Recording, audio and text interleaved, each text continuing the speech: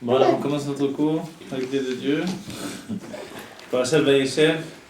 Vayeshev, ça veut dire ce que ça veut dire. Vayeshev, c'est la chevet. La chevet. Il est écrit Kilo le Tohu bara la chevet Yetzara. Dieu n'a pas créé le monde pour le Tohu. Et c'est vrai que ces temps-ci, on a beaucoup étudié Tohu Vetikkun, le désordre et puis la construction.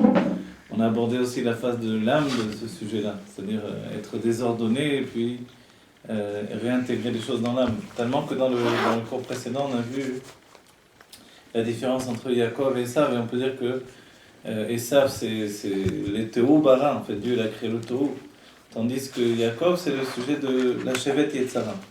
C'est-à-dire que Dieu il a créé un monde qui est lié à la Shevet, de venir s'asseoir. Mais on s'étonne quand on dit cette formulation, c'est que finalement, l'Oleto Bara, c'est le monde de Bria, le monde de Bria. C'est la création. C'est un monde qui est plus élevé que le monde de Yetzira. Et dans l'étymologie, on dit la Shevet Yetzara. Donc Dieu, il a formé le monde pour qu'on soit assis. Et assis, en hébreu, ça a beaucoup de définitions. Une yeshiva, on sait que quand des hommes se réunissent, même dans le monde des affaires, on fait une yeshiva, alors voilà, personne ne répond au téléphone, on est en pleine yeshiva. C'est-à-dire on est en pleine discussion. En français on dit une conférence. Donc yeshiva, c'est le côté de yishuv hadat. C'est ça l'entendement qu'il faut souligner. Yishuv hadat, c'est-à-dire qu'on a l'esprit en place pour exprimer une chose. Donc lola shevet loleto bara, et là la shevet yetzara, sous-entendu que l'un il est le contraire de l'autre. Donc le fait de s'asseoir, ça correspond au yishuv hadat, donc l'esprit. Tandis que le Tohu, c'est au-delà de l'esprit. Si on va définir quelque chose comme dans le langage entre les adultes et les enfants, c'est aussi bien dans l'être lui-même. Il y a le Tohu, le Tikkun, qui correspondent au sujet de Makif et Pnimi. Makif, ce qui nous entoure, ce qui agit sur nous, mais de manière inconsciente, et Pnimi, ce qui est intériorisé dans notre personnalité. En fait, même si, comme on l'a défini dans le cours précédent, l'essentiel, c'est d'arriver, pour la fin des temps, à introduire le makif dans le pnimi. Donc en fait de prendre toutes ces influences inconscientes et de les rentrer dans la compréhension, dans la construction. Et ça demande une vie, ça demande un instinct particulier pour le faire. Comme des parents par rapport à un enfant. L'enfant est totalement dans le monde du makif, donc un monde totalement inconscient, où les valeurs ne sont pas intellectuelles mais sensorielles tout à fait. Donc c'est le sens qui l'emporte sur l'intellect. L'intellect, lui, il est finalement une barrière posée entre le sens, c'est-à-dire le sens comme le toucher, l'odorat, les sensations profondes de l'inconscient, et puis la personnalité dirigée par l'intellect, la personnalité maîtrisée. Et Dieu a dit, aussi extraordinaire que ça puisse paraître, l'eau les taureaux bara, c'est-à-dire que Dieu n'a pas créé un monde pour que ce soit le taureau, donc un être qui est lié, qui est emporté par ses sens et qui se laisse vivre par ses sensations. Mais la Shevet Yetzara, il a voulu que l'homme, lui, s'installe par le fait de yishuv hadat. Donc, en d'autres termes, Dieu désire l'intellect. Et l'intellect, c'est le moyen de limiter toutes les sensations naturelles. Et les sensations naturelles, on le découvre chez les enfants, ou chez les adultes qui n'ont pas limité, en fait, leurs sensations naturelles. C'est sûr que quand on prend de l'alcool, quand on prend de la drogue, quand on se laisse aller à vivre comme on le désire, à la va comme je sais pas comment on dit, dans ce cas-là, forcément, ce sont les sens qui prennent le dessus. Et on verra que chez l'adolescent, c'est une lutte constante. Une lutte intérieure chez lui entre le monde sensoriel et le monde intellectuel. Et c'est ça tout le drame de l'adolescence. Le drame de l'adolescence, c'est le désir d'affirmation dans le stade intellectuel, aussi bien que le désir de vécu dans le monde des sens. Et finalement, quand on grandit, on s'aperçoit qu'on n'a pas terminé avec ça. Très peu sont les personnes qui ont totalement réglé le problème. Et si on l'a mis de côté, il va ressurgir de toutes les manières. Et de là, évidemment, tous les livres, même de psychologie, depuis Freud jusqu'à etc., Jung, etc., jusqu'au dernier psychologue, on ne peut jamais effacer ce côté-là des choses. Si bien que même dans le couple, quand un homme rencontre une femme, quand une femme rencontre un homme, alors dans les textes de psychologie qui parlent du couple, on parle aussi beaucoup de ce sujet-là. Qu'est-ce qui est mis en avant, le côté intellectuel ou le côté des sens? Le côté des sens, ça rejoint à la fois les sentiments, mais plus que les sentiments. Le bien-être, ce n'est pas uniquement les sentiments. Le bien-être, c'est quelque chose qui dépasse les sentiments. Que nous, on va dire, on peut diriger de l'intérieur. Le bien-être, ce sont aussi des sentiments totalement inconscients. Et c'est bien que dans la Chassidoute, il est exprimé qu'il y a des sentiments au-dessous de l'intellect et des sentiments au-dessus de l'intellect. Les sentiments au-dessus de l'intellect, c'est ce que la psychologie dirait l'inconscient. Dans la Chassidoute, c'est ce qui est défini comme le plaisir et la volonté. Et les sentiments au-dessous de l'intellect, alors c'est ce que l'on connaît de Chesed et Gvura. Générosité et rigueur. Générosité, dans l'inconscient, ça devient, ou c'était plus précisément l'impression, je dis ça devient comme si, en fait, au départ, la générosité, dans l'inconscient, c'était le tanou, le plaisir. Et le plaisir, on voit, c'est un abandon, c'est un élan de générosité. C'est aussi bien donner que se laisser aller, se donner. Donner et se donner tout entier. Et d'un autre côté, la rigueur, elle correspond à la volonté. Et la volonté, on voit quand quelqu'un a une volonté, c'est quelque chose d'extrêmement, quelquefois dur. Ça peut être ressenti difficilement par les gens, par l'entourage. Donc la volonté, c'est comme il est défini dans les textes, et on le verra dans le Tafresh Bet, c'est comme un bouclier. Ce bouclier me protège. Ce bouclier qui me protège, il me protège du monde autour de moi. Et le bouclier, le Tanya nous dit, le meilleur des boucliers, en fait, c'est une côte de maille. Et cette côte de maille, c'est une côte de maille qui a été faite de pièces d'argent que j'ai données à Tzedaka. Mais on va dire, mais quand même, il y a une différence entre la côte de maille. La côte de maille, c'est une armure qui est soudée au corps. Il y a plusieurs sortes d'armures, en fait. Dans le monde occidental, il y avait des armures très... surtout au Moyen-Âge, des armures, vraiment, c'était des scaphandres, on peut dire. Les armures, ils n'avaient même pas à marcher avec. Et dans le monde oriental, les armures, même chez les Chinois ou chez les Arabes, les armures étaient beaucoup plus rivées au corps. Donc c'était vraiment des côtes de main, ils étaient légères, ou chez les Grecs également. Donc on fait deux sortes d'armures. Mais on verra que le bouclier, c'est autre chose que ça. Finalement, le bouclier, il est indépendant du corps. Tandis que l'armure, elle s'ajuste au corps. Par rapport au niveau d'inconscient, il y a un niveau d'inconscient qui s'ajuste au corps, et un niveau d'inconscient qui est, lui, loin du corps. Ce niveau d'inconscient qui s'ajuste au corps, il peut être considéré comme l'aura qui entoure le corps. L'aura, je ne sais pas en quelle langue en vérité c'est ce terme-là, peut-être en français, mais dans la Chassidoute, on parlera de Tselem. Le Tselem, il y a deux niveaux de Tselem, puisque le Tselem, enfin, précisément, c'est impropre de dire il y a deux niveaux de Tselem. Le Tselem, c'est trois mots. Trois lettres qui sont comme trois mots finalement, trois définitions de l'âme. Le Tzadik qui est la définition intérieure, donc c'est justement ce que Dieu a désiré. La Shevet Yetzara, cet homme qui s'intériorise au-dedans de nous. Et le Lamed même, ce sont les deux niveaux d'inconscient. Le Lamed même, en fait, on les porte au-dessus de nous. L'une des raisons même du chapeau et des deux couvre-chefs d'avoir une kippa et un chapeau, c'est pour préserver le Lamed même du Tselem. Le Lamed même, le Lamed lui, il correspond à Chaya, et le même, il correspond à Yechida. Tselem, Tzadik, Lamed même, c'est dans cet ordre-là des choses. Quand on analyse les choses, le Tzadik, c'est simple. Quand il est dit dans le Tanya, qu'on nous ordonne d'être un Tzadik, de ne pas être un rachat, c'est une ordonnance. L'ordonnance est liée à ce que je peux maîtriser, ce que je peux, de par moi-même, de par mes propres forces, organiser. Mais ce qui dépasse finalement le travail personnel, alors c'est plus une ordonnance. Dieu ne peut pas venir nous ordonner quelque chose qui est du niveau de l'inconscient. Il faudra vraiment attendre la Chassidoute pour s'apercevoir que l'inconscient peut être dirigé par le travail des vêtements de l'âme, des vêtements d'expression. Si bien que dans les dernières époques, depuis le Tanya, on découvrira que le tzaddik travaille par les vêtements d'expression, et non pas par le côté intérieur des choses. On a vu dans le Tanya, par exemple, la notion de tzaddik.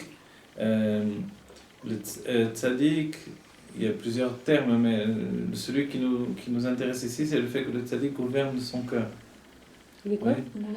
Oui, le tzaddik gouverne son cœur, ça va me revenir à la formulation. Tandis que le rachat, il est au contraire gouverné par son cœur. Vous voyez la différence? cette shlita, le fait de gouverner son cœur ou d'être gouverné par son cœur, c'est toute la différence. Et c'est ce qui fait le tzaddik. Le tzaddik, c'est celui qui a une emprise sur son cœur. Et quand on a une emprise sur le cœur, forcément, on n'a pas de sentiment spontané, naturel. Alors on s'étonne parce que quand on regarde, par exemple, le rabbi, on a l'impression qu'il y a des tas de sentiments naturels, spontanés, une envie d'être agréable aux gens, une envie de sourire, de rigoler avec les gens, etc. Mais en fait, tout est maîtrisé dans le moindre détail. Et cette maîtrise absolue de l'être, en fait, elle est même le contraire de l'idée des sentiments spontanés. Mais quand l'être a des sentiments qui sont devenus des sentiments divins, directement, donc forcément, le divin s'exprime de manière naturelle. Mais quand il pleure, le rabbi? Quand il pleure, le rabbi, effectivement, ce sont des sentiments divins qui s'expriment à travers lui, mais il y a aussi un avodat Hashem. C'est-à-dire que, par exemple, d'après la Torah, on n'a pas le droit d'être en colère. Celui qui est en colère, il fait avodat zarah. Sauf pour des raisons, justement, il faut se mettre en colère.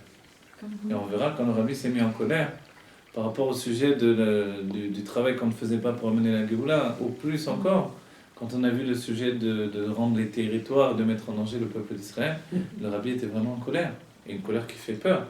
Parce que la colère d'un tzaddik, alors, forcément, elle est une colère qui nous bouscule. C'est pas une colère qui nous laisse tranquille. Parce qu'elle est tellement puissante qu'elle nous confronte finalement à un être qui nous fait peur, qu'on connaissait peut-être pas.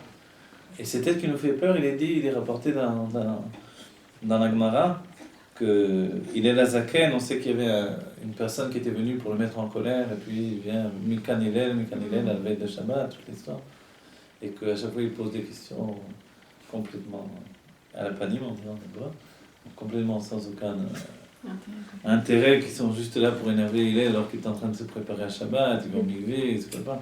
L'autre il vient avec ses questions parce qu'il a fait un pari qui peut le mettre en colère. Donc il avait la réputation d'être l'être le plus simple et le plus patient du monde. Et finalement, alors, au dernier moment, il voit qu'il n'arrive pas à le mettre en colère et lui dit à cause de toi, j'ai perdu tant d'argent. Je ne sais plus combien, un Shnezozi où j'ai perdu à cause de toi. Et il lui dit il vaudrait mieux que tu en perdes, je ne sais pas combien, mais que tu ne me mettes pas en colère. Pourquoi ? Parce que la colère d'un tzaddik, en fait, c'est l'une des choses les plus dangereuses qui soit.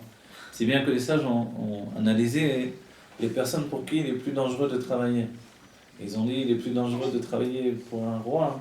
Alors ils ont défini comme ça, pour un ministre c'est dangereux, parce qu'un ministre c'est aussi une autorité. Donc s'il se met en colère contre quelqu'un, il peut lui faire des graves problèmes. Si c'est un roi, alors il a le droit de vie et de mort. Mais ils ont dit finalement, ils disent que le plus grave c'est de travailler pour un tzaddik. Alors là, dans ce cas-là, le tzaddik, c'est-à-dire que dans l'idée même, c'est pas qu'il a besoin de s'organiser pour qu'il nous arrive quelque chose. C'est que le simple fait qu'il ait une colère contre une personne, c'est déjà très dangereux pour la personne. Sans que lui veuille du mal en réalité. Mais si la personne a réussi à le mettre en colère, alors la colère, elle peut vraiment porter atteinte à la personne et jusqu'à aller le tuer, comme on avait vu des cas où même entre tzadikim eux-mêmes, ils arrivaient à se tuer. Comme Rabbi Yochanan qui avait tué Resh Lakish ou d'autres sujets comme cela. Rabbi Shimon Bar Yochai qui a porté ses yeux sur un homme et qui l'a transformé en Galat Samot. En quoi ? Pardon, je le traduis. En tas d'os. Et en fait, il a transformé en tas d'os. Et en fait, il y a des explications sur ce sujet-là. C'est-à-dire un tzaddik qui peut tuer juste avec ses yeux.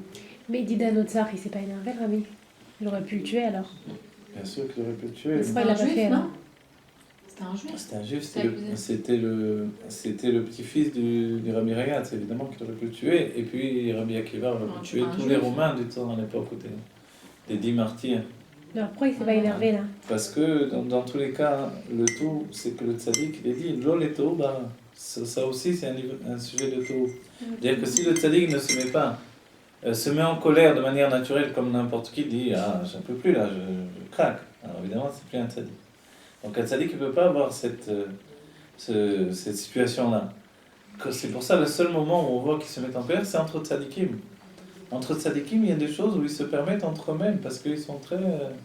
Si Dieu, lui, il va juger un tzadik et chut haseara, donc sur un cheveu comme ça, forcément entre tzadikim eux-mêmes, alors ils peuvent se mettre en colère. On a vu dans la Gemara, quelquefois ça ressemble à la colère des enfants. Alors voilà. Donc entre tzadikim, c'est... Donc, l'chem chem libracha, tout ça, ne croyez pas que c'est pas lié à la paracha, c'est exactement lié à la paracha. La Agdama. Voilà, c'est l'agdama et ça rejoint exactement le sujet.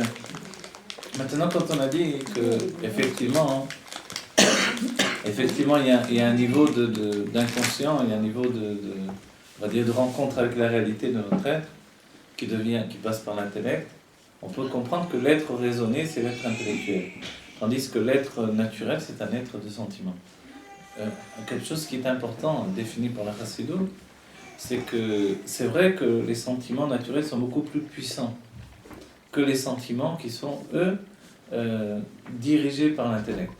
Souvent, vous avez vu dans la Chassidut, Sechel sholet à la lèvre. L'intellect doit l'emporter sur les sentiments.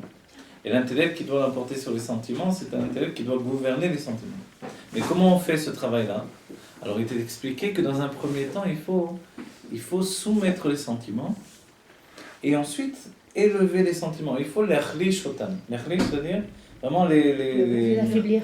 Voilà, les affaiblir. Tant que les sentiments ne sont pas affaiblis, ils sont encore reliés au taux. Au taux, ce sont des forces d'une grande puissance. C'est ce qu'on découvre chez l'enfant. Chez l'enfant, tout à coup, on découvre l'enfant le plus gentil, il a une réaction totalement disproportionnée qui nous effraie un petit peu. Alors, elle nous effraie parce qu'elle touche des sentiments où nous-mêmes on voit qu'on est tributaire des sentiments de l'enfant. Mais l'Avdil, pour bien comprendre, quelqu'un a un petit chien, il élève, etc. L'Avdil.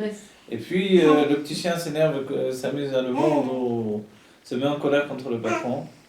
Et la personne établit un système de sentiments entre lui et son chien, et forcément, ils se sont touchés, comme trahis par l'amour qu'il portait à son petit chien. Tout ça, je vous le dis pour sortir le contexte de l'enfant qui est notre enfant. Mais quand on reprend la même chose sur le sujet de la personne et son enfant, on comprend en fait que c'est aussi, en fait, entre guillemets, dérisoire de porter sa colère sur l'enfant parce qu'il m'a touché dans mes sentiments. On doit comprendre que l'éducateur, c'est justement celui qui dirige sa vie par l'intellect, et que celui qui est éduqué, c'est celui qui, lui, a une nature, on va dire un influx naturel. Dans la manière naturelle d'être et de vivre, forcément, l'enfant, on ne peut pas lui demander de maîtriser son intellect. Pourquoi? Parce qu'il n'a pas encore atteint ce qui s'appelle le da'at. Le da'at, tout à l'heure on a dit il y a le tselem, tzadik, l'amed même. Le tzadik, on a dit, c'est toute la personnalité intériorisée. Et en général, on a expliqué que ça c'est relié au sujet des sentiments qui sont gouvernés par l'intellect. Et on a dit que pour gouverner les sentiments par l'intellect, il faut d'abord les limiter, les affaiblir. Et on s'aperçoit que des personnes qui dirigent leurs sentiments sont beaucoup plus froids. Alors que des personnes qui n'ont pas travaillé dans leur vie à diriger leurs sentiments, parce que ce ne sont pas forcément des intellectuels comme on l'entend, même s'ils sont des personnes intelligentes, mais n'ont pas éduqué leur intellect de manière universitaire, on va dire. Donc forcément, ils sont beaucoup moins habitués à la discipline dirigée par l'intellect. Et forcément, les sentiments sont beaucoup plus puissants. Et puis, d'eux-mêmes, ils n'ont pas de désir de soumettre leurs sentiments.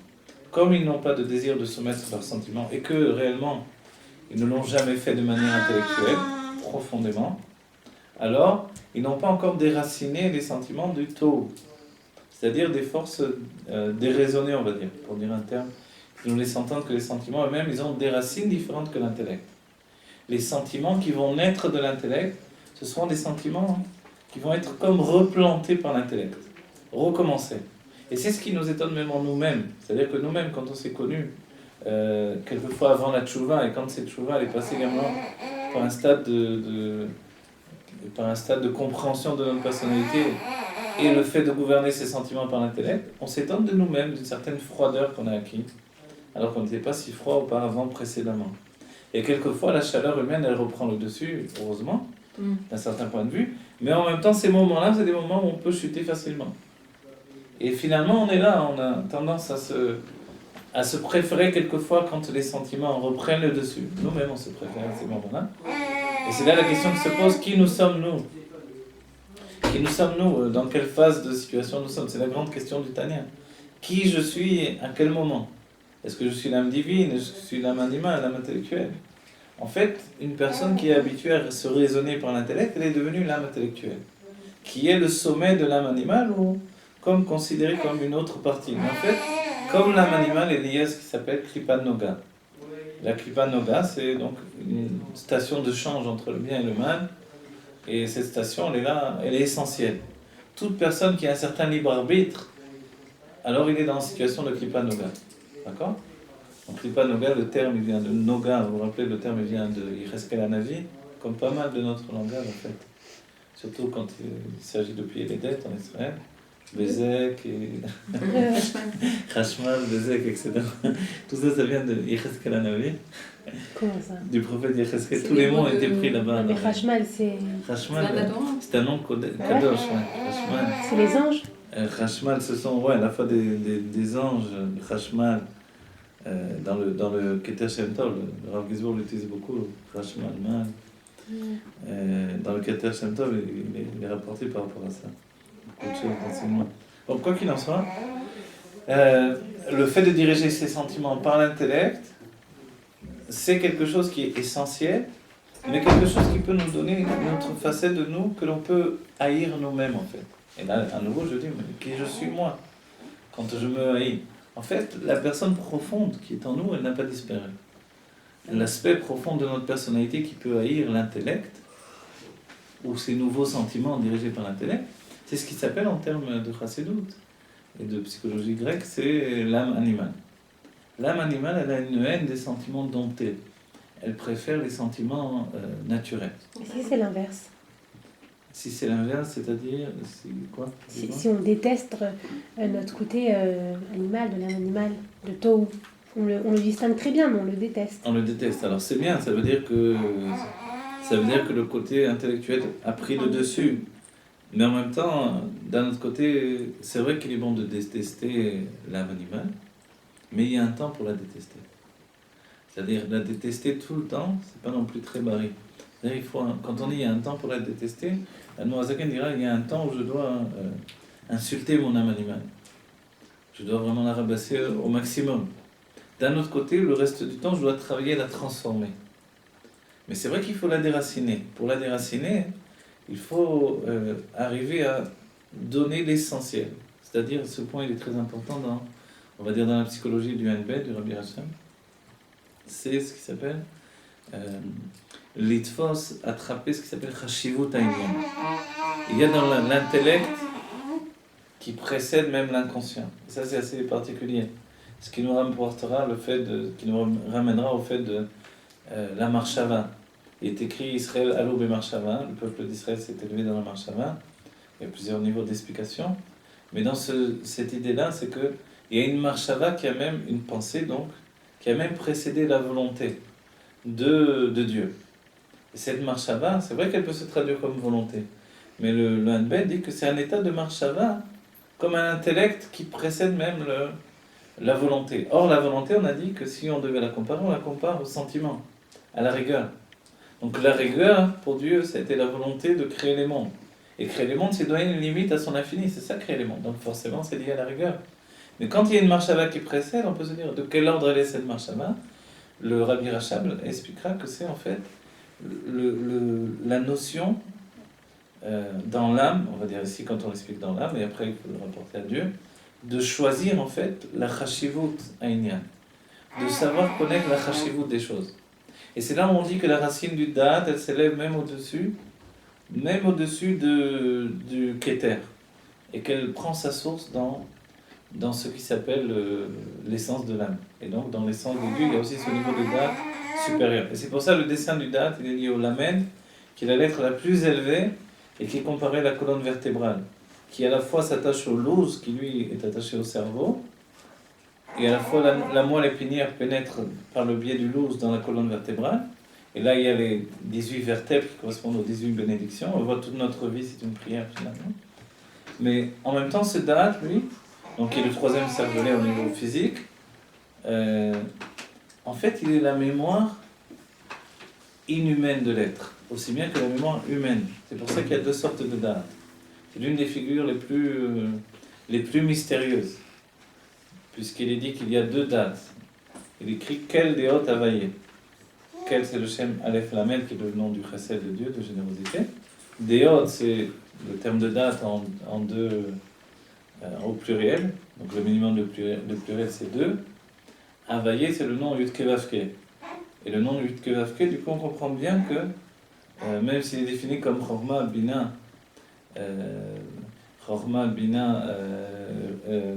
Tiferet, qui représente tous les sentiments, et Malchut, en fait, on peut tout ramener, tout réduire, et c'est l'une des grandes explications de toute la Kabbalah. Ça s'appelle Drush Hadat. Drush Hadat, c'est-à-dire je ne sais plus comment on traduit Drush, mais l'explication de toute la Kabbalah dira, dans les écrits, on le voit dans l'Arizal, c'est écrit, c'est pas forcément lié au Arizal lui-même, mais ce qui découle du Arizal dans le Etzraïm, alors, par rapport au Rashash, il est écrit que Drush Hadat, c'est que celui qui n'a pas compris ça, il n'a rien compris de toute la Kabbalah. C'est-à-dire que le Drush Hadat, c'est de tout remplacer par Chokhmah Bina Vedat. Avec Chokhmah Bina Vedat, on a tout ce qu'il faut. Et de ce fait-là, on comprend bien pourquoi dans la Géoula, le monde passera au stade de Chabad, Chokhmah Bina Vedat. Chokhmah, on peut dire, mais Chokhmah, c'est juste l'intellect. Alors, l'intellect, c'est l'intelligence.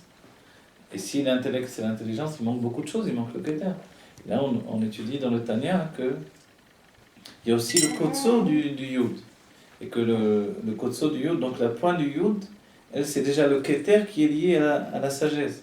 C'est bien que notre sagesse, notre intelligence, elle n'est pas totalement intellectuelle. Elle n'est intellectuelle que par une certaine partie de son être. Mais elle est profondément enracinée dans l'inconscient. Donc en fait, dans le Yud, qui est la Chokhmah, qui correspond à la Chokhmah, puisque tout est toujours un tableau de concordance, il y a déjà le Keter. C'est pour ça que le Tanya, quand il explique les Sphirot, il ne parle pas du Keter. On peut s'étonner de dire, il ne parle pas du Keter. Il explique Chokhmah, Bina, Da'at, etc., les Sphirot, mais pas le Keter. Parce que la Chokhmah elle-même, elle possède déjà l'aspect du Keter. De là, nous-mêmes, on doit comprendre que notre propre intelligence, elle n'a aucune limite. Celui qui a une intelligence limitée, c'est parce qu'il a enfermé son intelligence dans l'aspect humain de son être, intellectuel humain uniquement. Forcément, il est limité. Et le Rabbi Rachab va préciser que toute intelligence structurée, elle a forcément des limites. C'est-à-dire que celui qui étudie de manière évasive, qui va comme je te pose, forcément, il n'a pas une intelligence structurée. Donc il ne sait pas ce qu'il sait, il ne sait pas ce qu'il ne sait pas également. Tandis que quelqu'un qui a vraiment une intelligence construite, il sait également tout ce qu'il ne sait pas. Et de là, forcément, il ne pourra pas avoir un orgueil démesuré comme les gens qui connaissent beaucoup de choses, mais qui ne savent pas ce qu'ils ne savent pas. C'est pour ça qu'il est dit « Tachlit hayediya shelo neda ». La finalité de la connaissance, c'est de savoir tout ce qu'on ne sait pas. Et là, vraiment, on a une grande humilité parce que c'est toujours beaucoup plus grand tout ce qu'on ne sait pas que par rapport à ce que l'on sait. Et évidemment, il faut beaucoup étudier pour ça. Tant qu'on n'a pas suffisamment étudié, on ne s'est pas épuisé sur les textes, des jours et des jours et des heures, alors forcément, on n'a pas atteint ce niveau-là. Mais dès qu'on a débloqué ce niveau-là, on a compris que ça y est. On peut on peut plus à la fois maîtriser vraiment la connaissance, et en même temps, on ne peut plus mépriser personne, puisque dans cet ordre d'esprit-là, tout est une vérité, selon un autre point de perspective. Et c'est le grand secret, bien avant Einstein, c'est que tout est relatif, on le découvre donc dans... le Harizal, c'est le 15e siècle, en fait. C'est juste après la Renaissance. Et à cette époque-là, déjà, en fait, il est écrit dans l'écrit du Harizal que tout est relatif. Et non seulement ça, mais même la notion du temps, là-bas, on apprend qu'il est relatif. Donc, en fait, déjà, tous les enseignements étaient déjà là. S'il vous plaît, le petit bébé là. Juste une question. Vous avez dit que dans Chokhmah, il y a le Keter. Ouais. Mais comment ça? Parce que le Keter engendre Chokhmah ou c'est parce que quoi? Il est dit Chokhmah me'ain tematse. Alors la notion de Chokhmah me'ain tematse, quand on traduit, ça donne la Chokhmah, elle est comme une découverte qui provient du Ain, du néant. Le néant, ça a plusieurs aspects, plusieurs explications. L'explication du néant, c'est tout simplement un niveau qui n'est pas approchable par l'intellect. Donc tout ce qui dépasse l'intellect devient du néant. Donc le fait que la Chokhmah soit une découverte à partir du néant, on va dire c'est qu'à partir du néant qu'elle est une découverte. C'est pour ça qu'on dit qu'elle est Yesh Mi'ain. elle est du yesh, de l'existence, jaillit du néant. Et le fait de l'explication assez simple qui est donnée dans le Chassidut, c'est que quand on dit une Metsiya, il y a dans la Gemara Baba Metsiya, c'est une découverte. J'ai découvert quelque chose par terre, j'ai découvert un billet de 100 shekels, je ne connaissais pas son propriétaire, je suis devenu le nouveau propriétaire de ce billet de 100 shekels. Pourquoi? Parce que il n'a pas de propriétaire a priori. J'ai donné cet exemple-là pour dire, il est assez grossier, peut-être que je ne vais pas l'utiliser, mais pour dire que finalement, voilà une chose qui n'a pas de propriétaire parce que l'argent elle circule. Mais on ne sait pas d'où est-ce qu'il vient, on ne pourrait pas définir qui a perdu ce billet-là. Maintenant, imaginez qu'à la place d'un billet, on trouverait une chose mystérieuse qu'on ne connaîtrait pas dans notre monde. Et on ne sait pas d'où est-ce qu'elle vient. Alors forcément, hein, elle a une notion de haine beaucoup plus grande. Puisque l'argent, on peut avoir un accès à l'idée de l'argent, ça vient de telle personne qui a dû le perdre, etc. On a des moyens d'approche de la chose. Mais quand c'est une chose mystérieuse qui n'existe pas dans le monde, je ne sais pas, une nouvelle sorte... Ça arrive dans les derniers temps, dans notre époque, on trouve des choses. Il y a des rivages, on a trouvé des espèces de sortes de choses qui sont sorties de la mer et que personne ne connaissait encore. Ou des nouvelles créatures qu'on a découvertes qui sortaient de la mer, et des sirènes et des choses. Alors, finalement, tout ça, ce sont des choses qui ne sont pas approchables par l'intellect. Ça s'appelle une metsia. Une metsia, donc, c'est quelque chose que l'on découvre et qui n'a pas a priori de propriétaire. Voilà. Et ça, en fait, c'est ce stade-là, mais qui a pénétré dans l'existence, mais on ne sait pas de quel moyen, de quelle situation elle a pénétré dans l'existence. Et en vérité, on pourrait le dire à titre beaucoup plus simple et beaucoup plus naturel chez nous. Le fait d'un enfant. Un enfant, il a pénétré dans l'existence, mais il vient totalement du Haïn.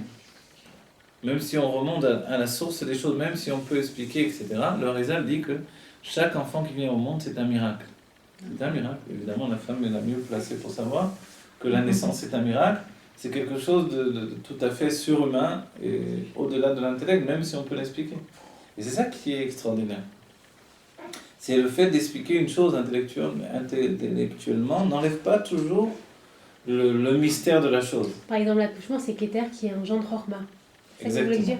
Exactement. Voilà. Et ça, cette notion-là, c'est le sujet de Chorma mais Ein Tematse.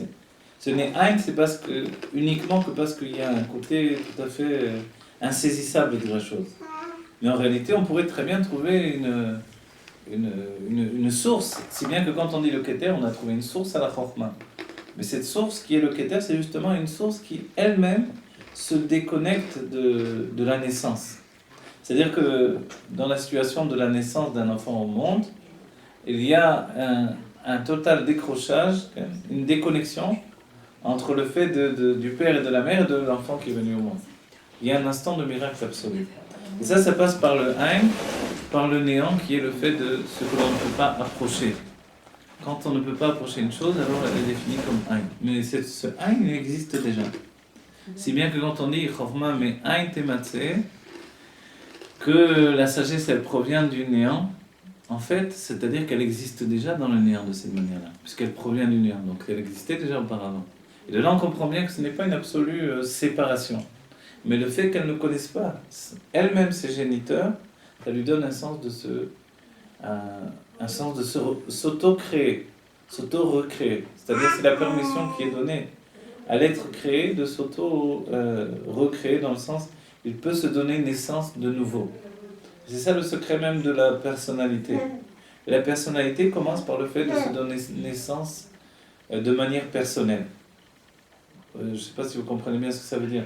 C'est tout le système que Dieu... pas seulement un effet Shabbat, mais ce qui s'appelle déjà le début de la conscience.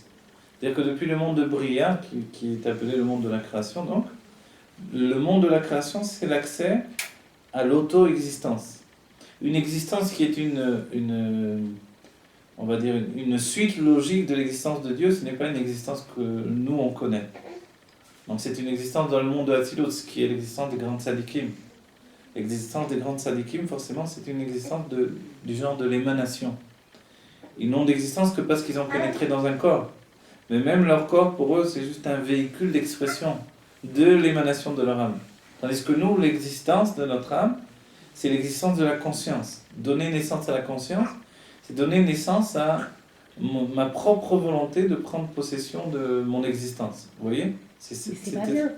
C'est pas bien, c'est même le début de la mort, Bah oui. puisque c'est le détachement du divin. Mais c'est là où apparaît la chorma. Et plus précisément la bina encore.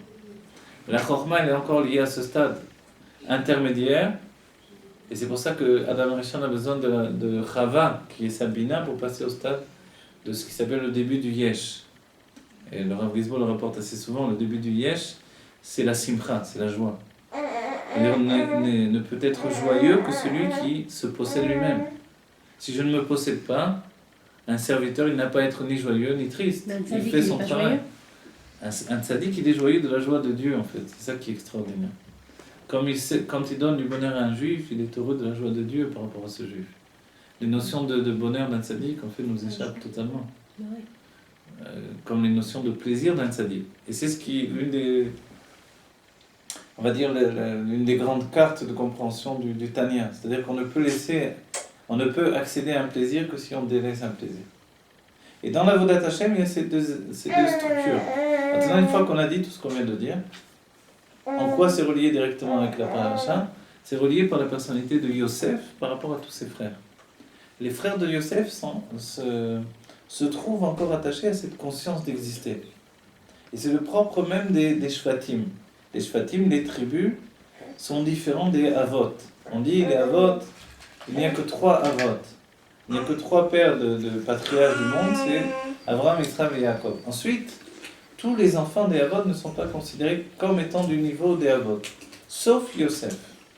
Yosef est le seul qui, tout en étant partie prise, on va dire, il est totalement dans les tribus, à la fois il fait partie des Avot. Et on verra bien qu'en même temps, même s'il fait partie des tribus, il est déconnecté des tribus.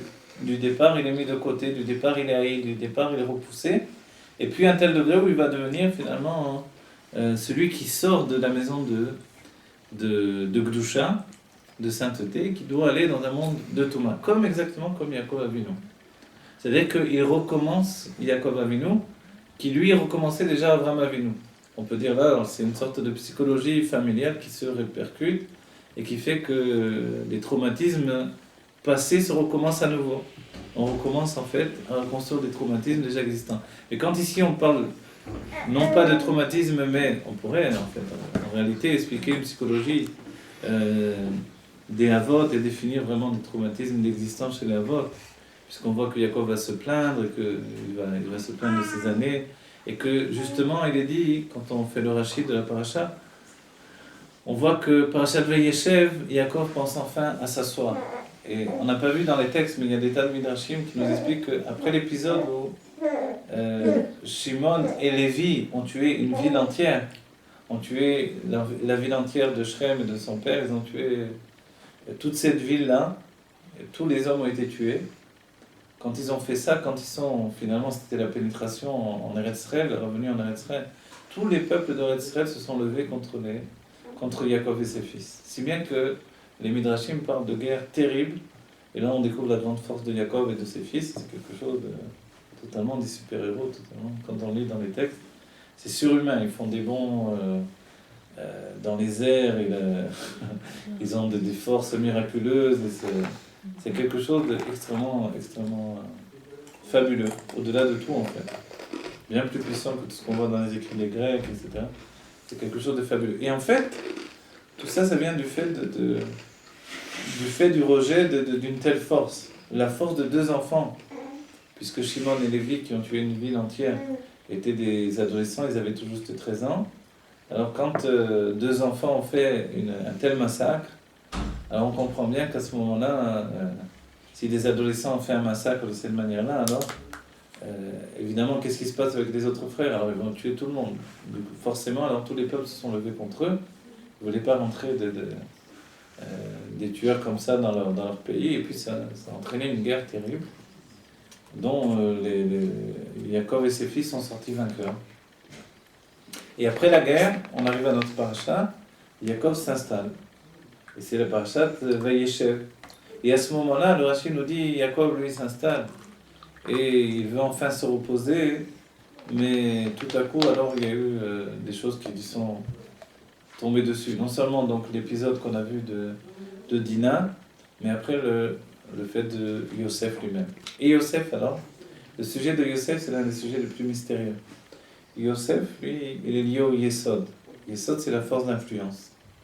Et la force d'influence, c'est lié à la beauté. La beauté, perfection. La beauté, perfection, c'est cette beauté qui vivifie en fait la beauté elle-même.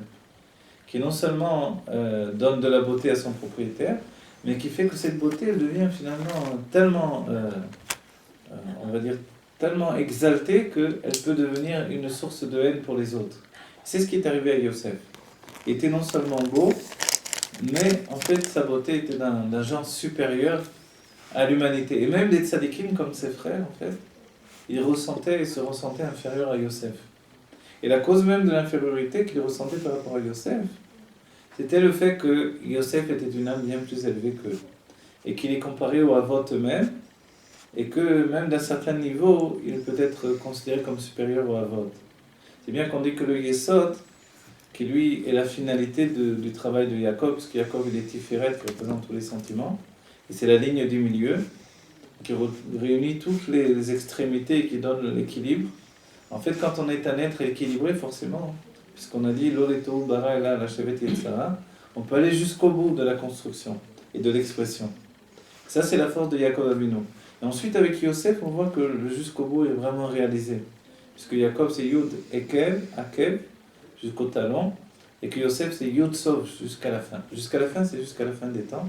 C'est pour ça qu'avant Mashiach ben David, il doit y avoir Mashiach ben Yosef. Et dans les parachutes qui se construisent, on construit en fait les deux niveaux qui vont entraîner Mashiach ben David, qui vient de Yehuda, et Mashiach ben Yosef, qui vient de Yosef. La différence qui peut exister entre un bœuf et un lion. Le lion, c'est Yehuda, et le bœuf, c'est Yosef. Le taureau, c'est Yosef, et Yehuda, c'est le lion. On va dire quel est a priori le roi, c'est Yehuda. Effectivement, le roi, c'est Yehuda. On voit que Yosef aussi était un roi. Si bien que sa royauté, lui, va être une royauté qui va régner sur le monde. Il va devenir le mashbir, celui qui va donner la vitalité et la nourriture. Et lui-même, ensuite, on verra qu'il dira à ses frères de ne pas se morfondre dans la culpabilité, parce que qu'il est Mechia chez la Chani. Parce que Dieu m'a envoyé pour la Mechia, pour vous donner de quoi vivre, survivre. Et ainsi, Yosef est appelé le Mashbir. Mais quelle est la source du Mashbir? Le Mashbir, en fait, c'est quoi? Celui qui donne... Oui, le Mashbir, le magasin. Ça vient de ce nom-là, en fait. C'est ça la problématique, on va dire, de l'hébreu moderne, c'est qu'ils utilisent la Shon HaKodesh, et que du coup, elle est vulgarisée, et on a perdu la trace de toute... on ne sait plus le sens des mots, réellement. C'est là où même un Tsarfati peut enseigner l'hébreu à des Hébreux, à des Israéliens. Parce que finalement, on leur fait découvrir un langage qui est tellement isuté, tellement utilisé dans leur quotidien, qu'ils ont oublié la Shon HaKodesh, le langage saint qu'il y avait derrière ce langage saint. Et ici, dans le Mashbir, celui qui fournit la vitalité, tout simplement, et qui porte en lui toutes les réserves, et qui ouvre les réserves, et puis il donne à manger aux gens. C'est ça le Mashbir. Donc forcément, Yosef est appelé le Mashbir, parce que lui, il a engrangé tous les biens de l'Égypte, la nourriture. Et que dès que les autres essayaient de garder des biens, les biens pourrissaient. Seulement les biens de Yosef gardaient la vitalité. Pourquoi? C'est parce que Yosef était attaché à la source de toute la vitalité. Et c'est là où l'âme de Yosef est supérieure même à celle d'Avot. C'est pour ça qu'il peut descendre beaucoup plus bas. C'est que Yosef est comparé au Yesod, et le Yesod a sa source dans ce qui s'appelle le Yesod de Adam Kadmon, et qui peut être comparé lui-même à Adam Kadmon. Qu'est-ce que Adam Kadmon? On l'a déjà expliqué, ça représente la volonté générale de toute la création. Quand on parle maintenant de Yesod, ça veut dire force d'influence de la volonté générale de toute la création. Ça sous-entend que Yosef portait en lui l'influence de toute la volonté de Dieu. Et quand on retrouve Yosef en Égypte, qui donne à manger à toute la création, tous les peuples de la terre venaient se nourrir en Égypte, n'est-ce pas, bien? Alors, forcément, on comprend bien que la volonté de Dieu était à ce moment-là que le monde entier passe par l'Égypte. Et que finalement, toutes les tribus pénètrent en Égypte, y compris Yaakov. Et Yaakov, lorsque Yaakov pénètre en Égypte, il représente le Da'at. On a expliqué tout à l'heure le Da'at. c'est la part du Tselem qui est à la fois liée au Lamed, et que le Lamed c'est la lettre la plus élevée, mais en fait le Lamed il a une source plus élevée même que le Keter. Il est à la fois Pnimiut à Keter, l'intériorité du Keter, l'intériorité de l'inconscient, qui est représentée par le plaisir et la volonté, et l'extériorité de l'inconscient, qui est représentée par cet intermédiaire entre l'intellect et les sentiments. Dat, Tarton, c'est le date inférieur. Le date, il a on va dire, sa traduction dans le texte de Chassidut. Quand on le traduit pas par connaissance, mais par yichud, unification. Et le date, c'est l'attachement des choses, en fait. C'est lui qui réunit les choses. Son premier niveau d'unification, c'est de relier, et c'est le niveau le plus bas, c'est de relier l'intellect et les sentiments. Et c'est pour ça, quand tout à l'heure on a dit qu'on peut tout remplacer par Chokma, Bina, Vida, et puisqu'il relie l'intellect et les sentiments, il porte en lui déjà tous les sentiments. Et comme il descend tout en bas par le biais du Yesod, il descend tout en bas jusqu'à la Malchut, jusqu'à la royauté qui est représentée par la parole et l'action. C'est-à-dire que si j'ai pas de date, même si on ne sait pas ce que c'est le date, quand je dis que si j'ai pas de date, je ne sais pas de quoi je parle, parler en l'air sans rien dire. Tandis que si j'ai du date, tout ce que je dis a un sens. Et le sens, c'est comme on dit quand quelqu'un parle et qu'il est profondément attaché au sujet qu'il est en train d'exprimer. Le contraire est assez extraordinaire. Il y a une faculté chez le Yesod d'exprimer les choses sans vraiment les posséder. D'exprimer les choses sans les posséder dans le Yesod, c'est la faculté de beauté qu'il y a dans le Yesod. De parler d'une certaine manière pour ne rien dire, comme dans la politique. D'être capable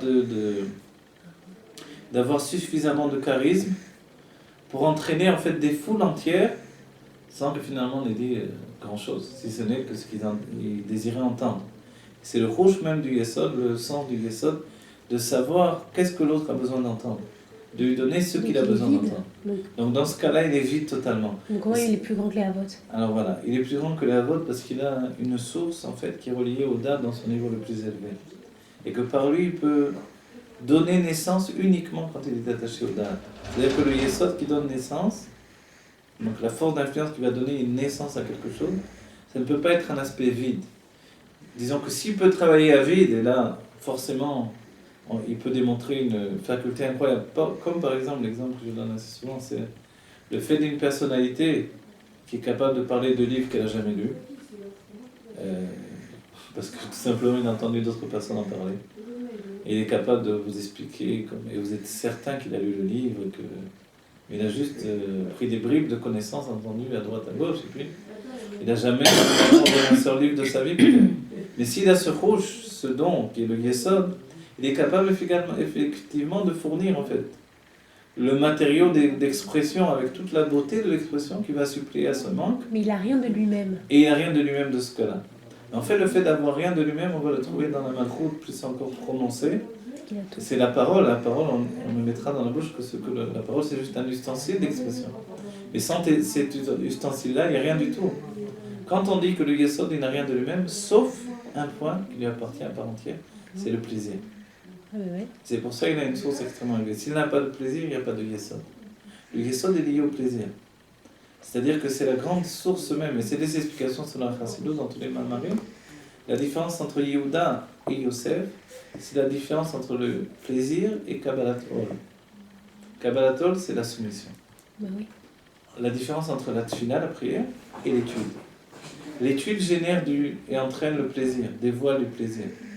Sans plaisir, on a beaucoup de mal d'étudier, à part les tzadikim ou les Ovdei Hachem, ou ceux qui ont le plaisir d'avoir lu quelque chose, d'avoir fait parce qu'on a redemandé de faire, ce qui se trouve beaucoup dans notre génération.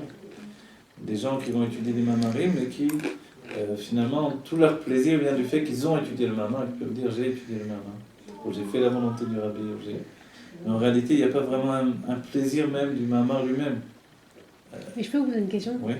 Mon mari, c'est Yesod chez Yesod, c'est-à-dire il est né dans la Sfirat HaOmer, Yesod chez Yesod. Ah oui?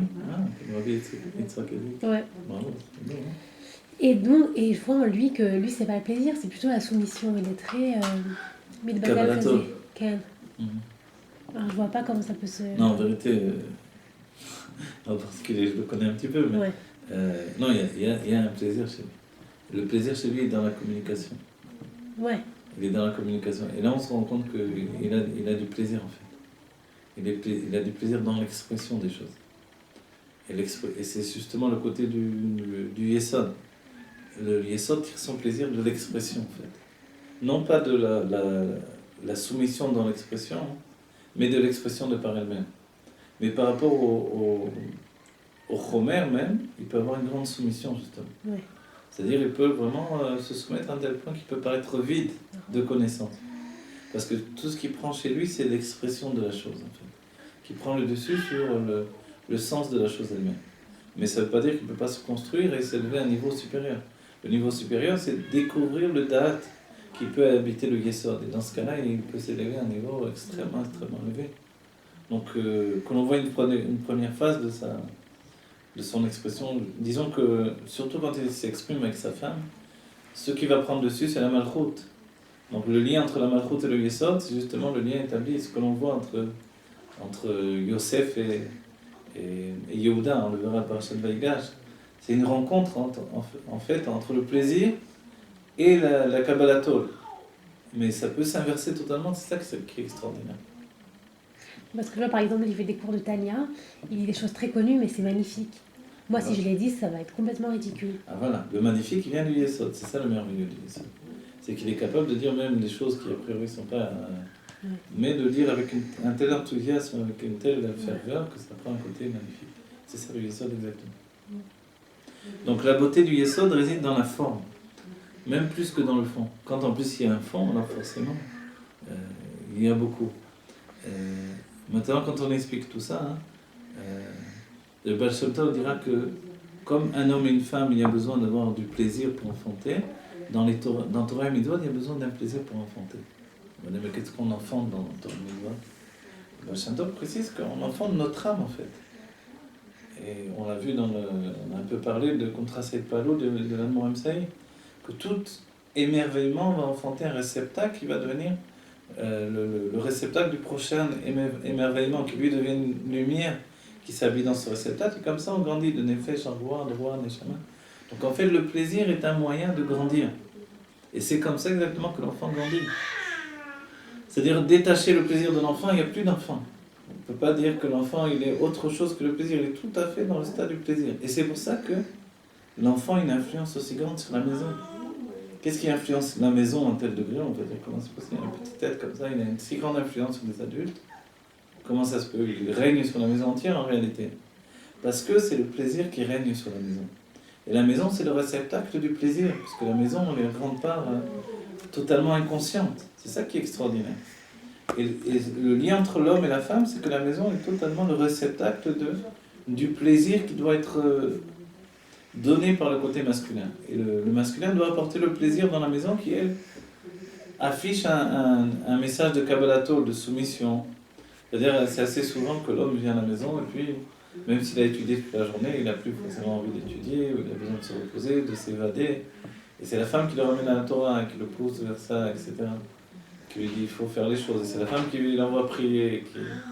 Ce côté-là, les sages nous disent le mérite de la femme, c'est d'envoyer ses enfants et son mari à l'étude et à la prière.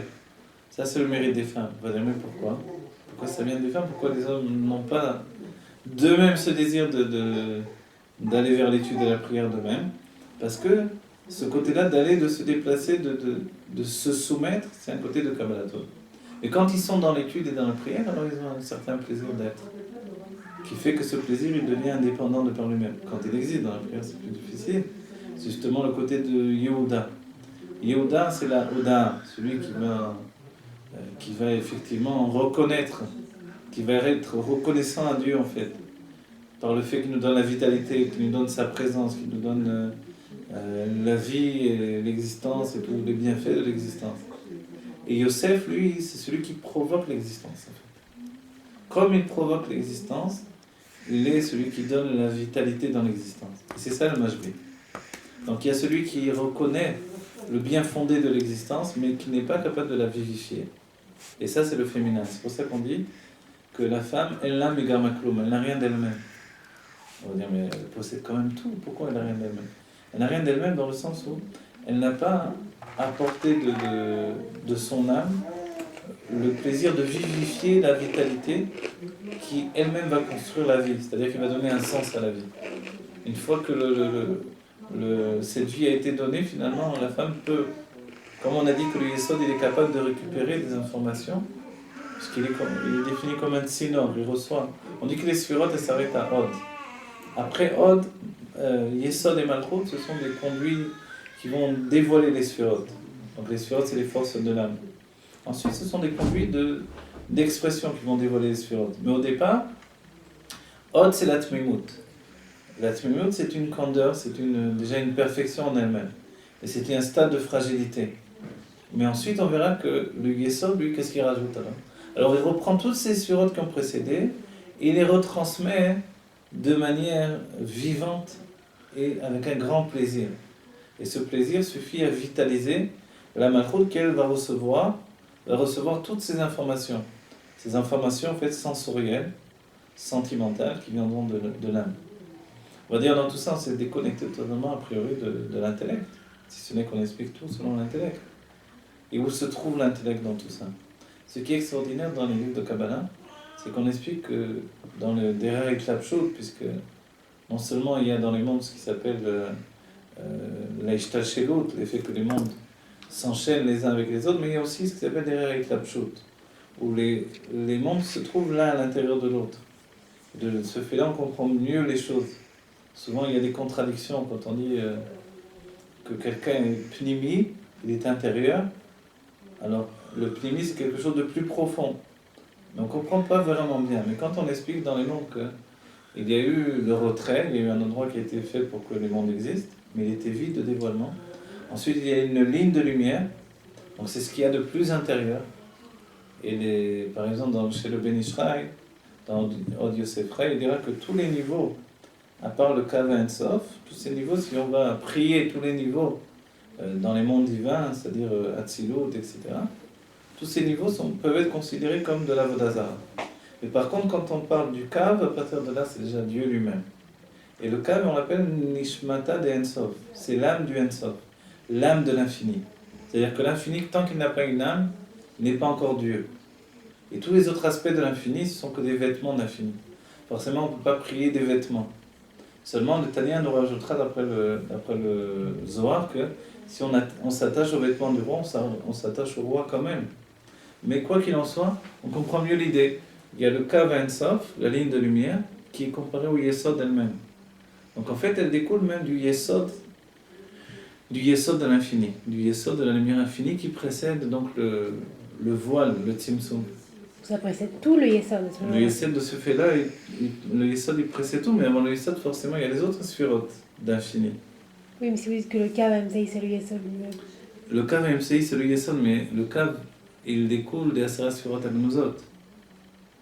Il découle des 10 sphirotes qui sont enfouis dans la lumière qui précède le Tzimtzum. Voilà. Et le Kav, lui, descend à apporter la vitalité, la vie. Qu'est-ce qu'il a de particulier par rapport à ce qui a précédé? En fait, on va dire qu'il n'apporte rien de nouveau, ça existait déjà tout ça. C'est ça qui est extraordinaire. À nouveau, on voit que le Yesod ne transmet pas quelque chose qui n'existe pas.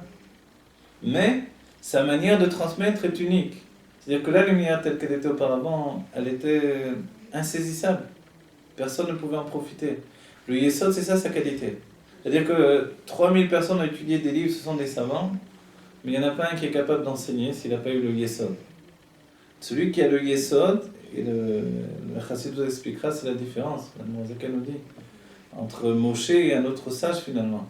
Ça s'appelle le Yesod de Abba. Le Yesod de Abba, c'est non seulement quelqu'un qui a une grande sagesse, mais qui a une manière de l'enseigner. On dira même que Rabbi Shimon Bar Yochai, qu'est-ce qu'il avait de particulier? Il y a eu d'autres livres, il y a eu d'autres savants, et qu'il est dit dans l'Yerushalmi que Rabbi Shimon, il était comme le maaser seulement de Rabbi Akiva. Pourquoi pas Rabbi Akiva, il ne nous a pas écrit le Zohar? Parce que Rabbi Shimon avait ce sens du levouch, qui est comparable au Yesod, du vêtement d'expression. Comme on a dit, le vêtement d'expression, le Zohar, il dit qu'il va se dévoiler surtout à la fin des temps. Le Tanya nous dit qu'à la fin des temps, pour être un tzaddik, on doit travailler par les vêtements d'expression. De là, on rejoint les choses. on voit que dans les derniers temps, tous les textes profonds s'attachent à la fois au Zohar et également au Shirachirim. Le Zohar lui-même profite beaucoup du langage du Shirachirim. C'est le secret des levushim, des vêtements d'expression. C'est-à-dire que 300 000 personnes peuvent connaître un secret, mais un seul a le moyen de le transférer, de l'expliquer. C'était comme ça que tous les Nevi'im recevaient tous les messages, mais un seul recevait le droit de l'exprimer. Pourquoi ? Parce que celui-là avait le message, avait le vêtement d'expression qui correspondait. Ainsi, ce qu'a dévoilé Yecheskel Hanavi, c'était sa manière à lui. Il nous a dévoilé quelque chose qui était perceptible par nos esprits petits, en quelque sorte. Mais d'autres sages, d'autres Nevi'im, d'autres prophètes, n'auraient pas pu le transmettre aussi simplement que lui. De là même, Rabbi Shimon Bar Yochai, même si on dira, bon, alors il était plus petit que Rabbi Akiva d'un certain point de vue, évidemment, puisque Rabbi Shimon était l'homme des plus élevés de tous les temps. Mais dans la connaissance, il savait comment transférer les choses. Et du coup, de cette manière-là, il s'élève même au-delà de Rabbi Akiva. Parce que les vêtements d'expression vont toucher l'âme de manière plus profonde. C'est le grand secret du Tanya, au bout du compte. C'est que l'idée même, et le Rabbi le développera dans un Mahama, par rapport à la pénétration en Eretz Israël, quand on travaille par les vêtements d'expression, on touche des niveaux beaucoup plus élevés de l'âme. C'est-à-dire, c'est le moyen de réunir l'inconscient et l'intellect à la fois. Et c'est ça, c'est quelque chose d'extraordinaire. Et c'est là où on voit que Yosef était plus grand que ses frères. Parce qu'il ne travaillait pas simplement sur le fond, il travaillait sur la forme. Et c'est là où ses frères le perdaient. Les frères ne travaillaient pas du tout la forme. Les frères, c'était des bergers, ils vivaient comme ils vivaient, mais c'est tout. Ils étaient en dehors du monde, et pour eux, le monde n'avait aucune importance. Ils vivaient vraiment en dehors de la normalité. Si bien que la veille de Shabbat, ils créaient, par le Sefer Yetzira, ils avaient le secret du Sefer Yetzira d'Avraham Avinu, qui avait été transmis par leur père, et ils savaient créer un veau avec les noms divins, et ils le mangeaient la veille du Shabbat. Et ils le mangeaient forcément sans bracha. On voit que Yosef va rapporter à son père qu'il les avait mangés sans bracha, sans faire la shrita. Mais comme c'était un être créé par les paroles, et non pas un animal vivant, donc il ne devait pas lui faire la shrita, et il pouvait manger même les vers minachai. Mais alors pourquoi il va répéter, Yosef ? Alors il va répéter, c'est une grande question qu'on se pose. De la même manière, il va répéter le fait qu'il méprisait les enfants des servantes. C'est-à-dire que les fils de Léa avaient une certaine autorité, ils parlaient de manière plus... donc ils étaient moins, on va dire, respectueux, ils étaient plus autoritaires avec les fils des servantes. Et Yosef va rapporter ça également à son père. On va dire, il a dit la Shonara, que de ça il a été... Mais compte tenu qu'on doit voir également les choses du fait de Yosef, une âme tellement élevée, on peut le voir différemment. Ce qui lui a été reproché également, c'est d'attiser sa beauté. Il était beau et encore il exagérait. Il se faisait des... On va dire comme ceux qui se font des péotes, là, il se faisait des bouclettes, etc. Il frisait les cheveux, etc. Donc, on va dire, qu'est-ce qu'il faisait ? Il se maquillait les yeux, on dit, alors c'est quoi ? Pour nous, évidemment, aujourd'hui, ça va être fou, un homme ne se maquillera pas les yeux, mais à cette époque-là, c'était déjà différent. En fait, il y a l'une des explications que l'on peut comprendre, qui n'est pas forcément écrite, mais qui découle d'enseignement, c'est le fait qu'il voulait prendre possession, par un travail personnel, de sa beauté. De quelque chose, quoi. Voilà. C'est-à-dire que la beauté était tellement naturelle chez lui, elle était une beauté parce qu'il avait reçu la beauté d'Adam Arishon. Il dit « Choufré de Yaakov Avinu qui est choufré d'Adam Arishon ». La beauté de Yaakov Avinu était comme la beauté d'Adam Arishon. Et en fait, Rachel, elle était la réincarnation de Chava également. Donc il avait des parents qui étaient l'un plus beau que l'autre. Il a reçu par héritage cette beauté-là.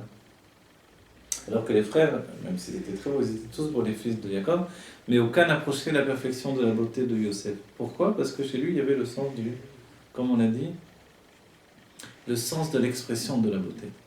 C'est ce qui est le propre du Yesod. Et comme il voulait, c'est une explication, bien sûr, elle peut être totalement repoussée, puisqu'il y a 70 explications de la Torah. Comme il voulait finalement faire un travail personnel, alors il travaillait cette beauté de par un effort personnel également. Parce qu'il faut faire un travail ici-bas. Et c'est là, dans ce sens-là même, qu'il a rapporté les paroles, les comportements de ses frères à son père. Qu'est-ce qu'il a rapporté à son père ? Que ses frères, ils vivaient de manière au-dessus de la nature, alors qu'il fallait préparer le monde à Matan Torah. Et le monde qui qui devait être prêt pour Matan Torah, c'était justement un monde naturel dont le miracle devait s'unir avec le monde. Et on ne devait pas vivre de manière miraculeuse, comme au temps du Maboul, etc., du temps du déluge. Donc, il rapportait à son père ce fait-là. Et il rapportait à son père également le fait que ses frères donc mangeaient, etc., de manière miraculeuse. Et en fait, ce qu'il disait à son père, non, on ne doit pas vivre comme ça. C'était dans ce sens-là qu'il le rapportait. On ne doit pas vivre comme ça, on doit faire pénétrer le miracle dans le monde naturel. Comme on le verra chez les Rébéim, que l'essentiel pour apporter la Géoula, ce n'est plus de briser les lois de la nature, mais de faire fusionner le miracle avec les lois de la nature. On atteint un niveau beaucoup plus élevé. Et on verra que les Rébéim ont travaillé pour s'en sortir, même se libérer des lois de la nature dans les lois de la nature. Comme l'exemple même du Rabbi Rayas, qui est libéré de l'enfer nazi par un nazi. Et ça, c'est assez extraordinaire. C'est un nazi qui l'a transporté dans toute l'Allemagne et qui l'a délivré de lui et sa famille du monde de l'enfer nazi, finalement. Qui? Le Rabbi Rayas, c'était un nazi qui l'a sorti de là. On ne comprend pas comment c'est possible, parce que là aussi, il était Yesod, il avait cette force d'utiliser. Comme Yosef qui, en Égypte, devient le roi, finalement, il devient le vice-roi, c'est-à-dire qu'il prend possession du Kli. La royauté elle-même, c'est la Malchoute, mais Yosef en prend possession. Et de là, de ce point de vue, il s'élève au-delà de Yehuda. Et il faudra attendre Parashat Vayigash pour que Yehuda, finalement, reprenne ce qui lui est donné, c'est-à-dire le travail qui vient d'en bas. Yosef, de par là, on comprend très bien, c'est le travail qui vient d'en haut. Le travail qui vient d'en haut, c'est le plaisir divin qui s'exprime, en fait.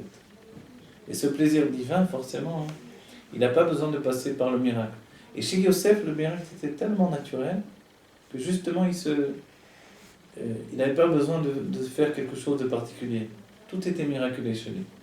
Et le miracle était naturel totalement. Au quotidien, il vivait de manière miraculeuse, comme on le rapporte dans la maison de Potiphar, où il faisait des miracles sans arrêt. Il a dit, tiens, prends les clés de la maison, elle est à toi. Pourquoi? Parce que tout ce qui touchait, alors, il y avait la bracha dessus. La bracha, elle vient en grande partie du Yesod. Et on dit qu'il y a des exemples, vous vous rappelez des exemples qui sont donnés, que quand le maître disait, Yosef, apporte-moi un verre d'eau, il allait à la cuisine, il portait un verre d'eau. Et le maître s'amusait des miracles de Yosef, il disait, non, je veux pas de l'eau, je veux du vin. Yosef faisait comme ça, avec la main, sans partir à la cuisine, il disait, voilà du vin. Et non, du vin rouge, tu m'as donné, je veux du vin blanc. C'est le capricieux. Il lui faisait comme ça à la main, du vin blanc. Mais là, c'est l'exemple contraire, alors. Alors, c'est l'exemple contraire, c'est-à-dire que chez lui, c'était pas un travail c'était quelque chose qui était rentré dans le naturel. Oui. C'était tellement naturel que finalement, pour ça, en fait, il n'était pas jugé, ça n'allait pas à l'encontre de ceux qu'il avait mis en avant. Tandis que le fait de soumettre d'autres personnes parce que les tzadikim c'est la Shon Tzedek, la justice. Donc forcément, dans l'état de justice, les fils de Léa et de Rachel étaient plus élevés que les fils des servantes, forcément. Oui. Dans la justice même des choses. Donc ils pouvaient prévaloir d'une autorité plus grande, etc. Et leur marquer un niveau respectueux inférieur qui marquait aux enfants des Imaot, quoi, directement. Mais Yosef disait que non, on ne doit pas faire ça. On doit donner du kavod à chacun pour ce qu'il est, humainement. Parce que l'essentiel, c'est la finalité de l'être, et non pas la naissance des choses. Parce que lui, il n'a pas d'essence, c'est pour ça qu'il dit ça. Voilà, en fait, parce que lui, il ne se possédait pas lui-même. Tandis que les autres, le secret, il nous est donné dans le Torah. Dans le Torah, il y a un grand secret là-dessus. Il dit que, quand il est dit que Yosef va commencer dans le paracha à faire les rêves, où il va voir effectivement que chacun est représenté par des gerbes dans le champ, des gerbes de blé, et puis il va voir que toutes les gerbes vont s'agenouiller devant la sienne, etc. Les exemples qu'il va donner de ses rêves, et son père va être sévère avec lui parce qu'il va commencer à comprendre que ses frères vont le haïr, et effectivement ils vont le haïr. Et l'une des raisons qu'ils vont le haïr encore, c'est la coutonnette passim. Que Jacob aimait tellement Yosef qu'il va lui donner une coutonnette passim, une tunique avec des rayures. On va dire, il n'a pas donné à ses autres fils, pourquoi justement à Yosef? Il est dit qu'à Yosef, il enseignait tous les secrets de la maison des Avot en fait. Et de là aussi, on peut se dire alors pourquoi il a construit cet écart entre Yosef et ses frères. Et l'explication, c'est que finalement, Yosef avait un niveau d'âme différent. Et le Torah nous dira que les frères pensaient que tous ils se trouvaient dans Hatzilut, et que donc tous en fait ils devaient être à même d'influencer les mondes inférieurs. Et ceux qui n'avaient pas compris, c'était le dévoilement des rêves de Yosef, c'est que Yosef se trouvait dans Hatzilut, et qu'eux ils étaient des tzadikim de Bria, le monde de la création déjà. Tous les Shvatim, nous dit le Torah, ce n'étaient pas des âmes de Hatzilut dans Hatzilut. Il y a deux sortes d'âmes. Il y a les âmes qui sont liées à Chabad, Choma Bina Vedana de Bria, donc l'intellect du monde de Bria, du monde de la création. Elles sont considérées comme étant les âmes de Hatzilut dans Bria. Mais elles ne sont pas vraiment des âmes de Hatzilut. Elles sont déjà habillées dans le monde de Bria qui est déjà configuré dans la conscience d'exister. Donc ils se ressentaient tous exister. Et forcément, comme ils se ressentaient exister, ils organisaient des différences les uns entre les autres. Même s'ils étaient tzadikim, justement, ils organisaient des différences entre les fils des servantes et les fils des femmes, des avos directement. Tandis que Yosef, lui, il était dans le monde de Hatzilut où on n'existe pas. Forcément, pour lui, il n'y avait pas de place de faire des différences entre les uns et les autres. Et forcément, de la même manière, chez Yosef, le monde naturel était déjà un miracle. Il n'y avait pas besoin de conjuguer les verbes divins pour obtenir un veau à la veille de Shabbat et le manger de manière miraculeuse, de manière sans passer par la halakha. Toute l'idée de Yosef était rentrer dans la halakha, c'est-à-dire voir le miracle dans la halakha, dans tout ce qui allait prévenir le monde à la Torah. Et c'est là où le Kav Haim Saïd est le hamoud de la Torah. Il est déjà, lui, la construction, la colonne de la Torah. Donc on comprend bien que qu'est-ce qui devait être fait, nous dit le Torah, le Nourazaken nous dit que, en fait, les frères, s'ils avaient compris, s'ils avaient été assez conscients de la chose, ils auraient dû se soumettre à Yosef et recevoir de Yosef tout ce qu'il pouvait leur apporter. C'est par Yosef qu'il pouvait recevoir les enseignements de son père. Et c'est pour ça que son père donnait les enseignements à Yosef en particulier, parce qu'il ne pouvait pas leur donner ces enseignements directement, il était trop élevé pour eux. Il n'avait pas lui-même, même s'il arrivait à descendre jusqu'au talon, c'était pas encore assez. Puisque les Shvatim préparaient déjà toutes les âmes jusqu'à la fin des temps. Donc Yosef, lui, était capable de descendre jusqu'au bout. Et donc il devait tout recevoir de Yaakov pour le transmettre aux frères. Mais les frères n'avaient pas compris cette chose-là, parce qu'ils avaient imaginé qu'ils étaient tous au même niveau. Tant qu'ils n'avaient pas accepté la supériorité de Yosef, ils ne pouvaient pas recevoir de lui. C'est seulement quand ils sont venus s'agenouiller en Égypte devant lui qu'ils ont commencé à recevoir de son influence. Et là, on va voir que de plus en plus, ils vont reprendre des forces, ils vont s'élever de plus en plus, jusqu'au moment où ils vont être capables de vouloir le renverser, en fait. Et c'est ce qui est extraordinaire, et même Yehuda, en fait, qui reçoit tout, ce qu'il est la fin, il a la malchoute, la force qui va dévoiler, la puissance de Yehuda va jaillir, en fait, de l'influence de Yosef. C'est-à-dire que quand une femme est capable de dire à son mari des paroles dures et de lui dire ce qu'on dit des 4 vérités, en fait, ça vient de lui-même. Sans son influence à lui, elle n'aurait jamais la force de lui dire ces choses-là. Et c'est là où le mari, s'il est assez intelligent, il doit être capable de sourire, de voir quand sa femme elle s'énerve. Il doit être capable de sourire parce qu'il doit aimer finalement la manière dont elle se met en colère contre lui pour le bien. Mais tout autant évidemment où c'est fait, comme on a dit tout à l'heure, de manière habillée dans le chesed, dans la générosité, que c'est par générosité que le fait.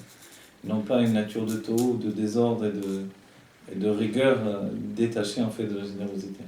Quand il ressent que c'est par générosité que la femme est en colère contre lui, alors il peut être entre guillemets amusé, c'est la manière de réagir de l'homme.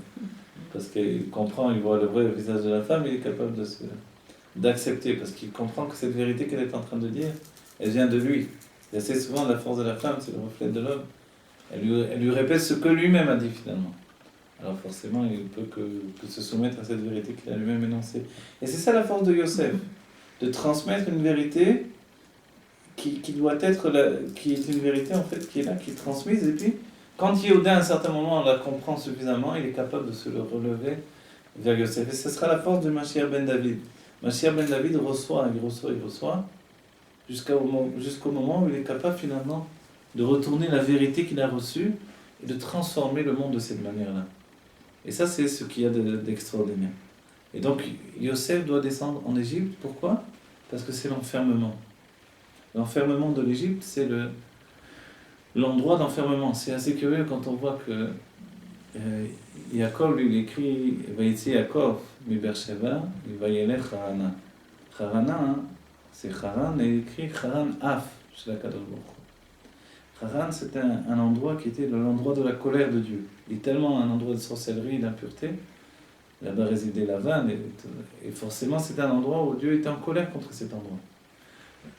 Eretz Mitzrayim, elle est appelée la nudité du monde. La nudité, c'est-à-dire que ça a plusieurs aspects, mais le sens simple de nudité, c'était aussi que les gens là-bas étaient nus, se promenaient nus. Ça préfigure déjà le monde de la Grèce, c'est le monde égyptien. Effectivement, on le voit sur les hiéroglyphes, etc., ils n'étaient pas très habillés. Ils avaient des pagnes pour se couvrir, et plus de nudité que de vêtements. Alors on a dit que tout le travail, c'est justement les vêtements.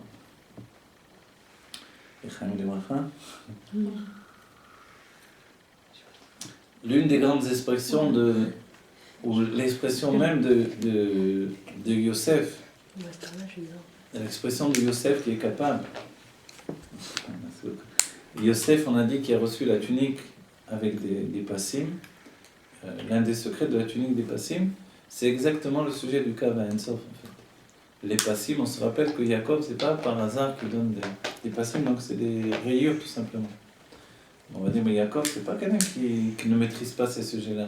Puisqu'on a vu dans la paracha précédente que Akudim, Nekudim, Obodim, c'est qu'il est passé maître dans l'art des tâches et des rayures. On voit que ça avait un sens profond chez lui. Donc Akudim, c'est vraiment ce qui est lié à la rayure la plus haute. Donc en fait, qu'est-ce que fait, si on donne en termes simples, il y a le Kav Ein-Sof, ensuite il y a le monde de Akudim, on est toujours dans une seule ligne. À partir de Tohu, le Torah Or à nouveau, puisque les bases de notre connaissance viennent du Torah Or, le Torah Or nous dit que le Tohu, même si on a l'impression toujours que c'est une seule ligne, puisqu'on dit des Nekudot l'une en dessous de l'autre, en fait ce sont deux Kavim, nous dit le Torah. Le droit et le gauche, mais il n'y a pas de Kav Emsaï. Donc en fait, à nouveau, ce sont des lignes. Et puis la finalité, c'est le dernier Kav Emsaï, c'est le monde de la Tzilut qui a les trois lignes. La ligne intermédiaire qui, elle, va définir toute chose. Et c'est ces secrets-là qui sont habillés dans le vêtement de Yosef. C'est pas juste un vêtement. Évidemment, sinon on pourrait dire pourquoi c'est pas Rachel qui a donné à Yosef un vêtement. Pourquoi justement son père il a donné ce vêtement, et pourquoi les frères ont été jaloux de ce vêtement. Parce que ce vêtement désignait justement la descente des âmes depuis, ou de la lumière divine depuis les mondes divins les plus élevés jusqu'au monde de Hatzilut. Et pourquoi Yosef? Parce que Yosef était en Hatzilut. Mais les frères qui étaient dans Bria, alors leur père ne leur a pas donné un vêtement avec des lignes qui représentaient le monde de Hatzilut. Alors, pour eux, c'était pas chalière, ils avaient d'autres modes de vie, d'autres modes d'expression. Justement, dans le monde de Bria, alors il fallait utiliser le sujet de Boded, d'être comme un berger qui cherche la solitude. Pourquoi? Parce que la solitude, quand on est une âme de Bria, elle nous met face à notre sens de l'existence. Et quand on est face à soi-même, alors on peut dépasser le sens de l'existence et retrouver sa source qui vient de Hatzilut, du monde de l'émanation. Mais Yosef, qui lui était déjà une âme de Hatzilut, au contraire, il fallait qu'il descende encore plus bas. C'était le message de Jacob et tout ce qu'il lui transmettait, c'est pour qu'il le descende encore plus bas. Et Yehuda, lui, aurait été le premier, puisqu'il représentait le roi de tous les frères, il aurait été le premier qui aurait dû comprendre et recevoir tout de Yosef. C'est seulement en Égypte, finalement, par Parashat Vaïgash, il va vraiment recevoir, il va en prendre un tel yesh finalement, un tel sens de la nature profonde des choses, on va dire ce qui va préfigurer la venue de Pharaon d'Égypte. Il va se lever contre Yosef avec une puissance terrible dont Yosef va avoir peur en fait, et qui représente le dévoilement de Mashiach ben David. Mais en attendant, on a tout ce travail de Yosef. Yosef, c'est l'être miraculeux qui prépare le monde à la venue de la Torah. Et la Torah, elle, c'est vraiment le Kav Emsaï. Qu'est-ce que la Torah? La Torah, finalement, il y a une Torah de Hatzilut, une Torah de Bria, une Torah de Yitzira et une Torah de Asiya. La Torah de Hatzilut, c'est une Torah totalement divine à part entière. C'est représenté par la Kabbalah. La Torah de Bria, elle est déjà différente. C'est la Torah qui est représentée par la Gemara. La Torah de Yetzira, c'est une Torah qui est liée au Midrash. Et la Torah de Asiya, c'est la Halacha. Évidemment, il y a d'autres explications. Le Tanya, si vous vous rappelez, plus d'une fois, il tourne les choses d'un côté de l'autre, parce qu'il y a plusieurs versions de ces enseignements-là. En fait, il y a une version où tout s'inverse, où le Chumash, qui est la base de tout, elle se retrouve en Hatzilut, etc. Tout est inversé. Le Chumash comme la Halacha. On voit que la halakha, c'est finalement la finalité. C'est lié aux âmes de Asiya. On voit par exemple dans notre génération comment le Rav Ovadia a pris une grande place dans le monde, alors que c'est un homme de halakha, on pourra dire. Bon, finalement, dans d'autres courants de la Torah, il y a des tas d'hommes de halakha. Pourquoi ils n'ont pas pris une telle importance? Parce que finalement, pour les âmes de Asiya, la halakha, elle prend le dessus même sur la Kabbalah et sur tout le reste. Oui. Tandis qu'à l'époque du Harizal, où il y avait plus d'âmes de Hatzilut, forcément la Kabbalah elle prenait le dessus. Donc les choses se placent par rapport aux générations. Donc aujourd'hui, évidemment, il y a une grande nécessité de la halakha, en même temps qu'il y a une nécessité de ce qu'il y a de plus haut, la Torah de Hatzilut. Et entre les deux, il y a une Torah qui n'est pas une Torah, mais qui est l'essence de la Torah, qui est la Chassidut, parce qu'on se rapproche de Yud Kislev. Et cette Torah de Hatzilut, c'est une Torah qui est l'intériorité même de Hatzilut. En fait, la Chassidut, elle viendra de ce qui s'appelle Neshama de Neshama, ce qui est Pnimiut Atik, l'intériorité de Atik, de ce qui s'appelle Resha Delo et Yada, dira le Rabbi, le Resha Delo Yada. Donc en fait, le niveau du date, on a dit qu'il est au-dessus même du Keter. Voilà, le Naseh Venishma qui va tout précéder, effectivement. Et Resha Delo Yada, c'est ce niveau en fait qu'on ne peut pas comprendre. Il s'appelle les Sfekot de Atik. Et ce niveau-là où il y a des Sfekot, c'est parce que, comme le Mashiach il vient, Besser Hadat, il y a un moment où il est bon d'être Bessafek également. C'est-à-dire que l'esprit qui a vraiment étudié, il peut être Bessafek. Celui qui est Bessafek, c'est le doute. Celui qui doute parce qu'il n'a pas assez étudié, évidemment, c'est une autre chose. Il y a des sujets où nous-mêmes, on doit savoir. Je ne connais pas bien l'halakha, forcément j'ai un doute. On me pose la question, attends, je vais regarder la réponse parce que je ne sais pas. J'ai un doute, c'est vrai. Mais si par contre j'ai suffisamment étudié le sujet, que j'ai un doute parce que j'ai tellement étudié le sujet que je vois qu'il y a d'autres possibilités, c'était la manière de Rabbi Meir qui faisait briller les yeux des sages. Alors que les sages disaient la halakha nette, claire et nette, Rabbi Meir était capable de tourner la tête des sages. Il faisait briller les yeux des sages tellement il était brillant. Et tout à coup, il voyait finalement un aspect infini de la halakha. On dit qu'il pouvait les taher et tacheretz. Le sheretz, c'est ce qui rend impur. Et lui, il pouvait le rendre pur. Et en fait, il expliquait la halakha d'une telle manière que c'était merveilleux d'entendre des choses pareilles. Mais ça, je disais doucement, d'accord, c'est merveilleux, mais c'est pas la halakha. Pourquoi? Parce que justement, c'est trop merveilleux pour le monde qu'il ne peut pas recevoir une telle Torah. La même chose, de la même manière, la Torah de Shammai, alors elle n'est pas préfigurée pour notre monde aujourd'hui, mais dans la Géoula, on découvrira la Torah de Shammai, qui est une Torah de Géoula. Donc une Torah qui est aussi à niveau de Pikéar, comme Korah qui était Pikéar. Cette Torah qui vient du piquant en fait. Et on a dit Yosef, il portait en lui ce niveau-là. C'est-à-dire être capable de vivifier les choses par une vivacité d'esprit. Et ça ressemble à la Chassidut elle-même. Et c'est lié à la Chassidut elle-même, ce qui fait que dans la Chassidut, on se trouve dans le monde, comme Yosef. Et le Rabbi nous a dit aujourd'hui, on est comparable à Yosef. On n'est pas comparable aux autres Shvatim, ni même aux Avot, parce qu'on ne doit plus être Bodédim, s'en aller dans des lieux perdus et isolés. On doit être dans le monde. Et s'il y a des Juifs dans des lieux perdus et isolés, alors on ira faire le monde dans ces endroits-là. Apporter du bruit et de la lumière dans cet endroit-là. Comme Yosef, on sera au sein du monde et on doit être capable de s'isoler au milieu de la foule. Yosef, on s'imagine bien que c'est pas que chez lui, il n'avait pas le désir de s'isoler, d'être avec Dieu. On peut le voir dans notre génération. Le rabbi entouré tout le temps, filmé tout le temps du matin au soir, etc. Vous imaginez, vous êtes filmé tout le temps.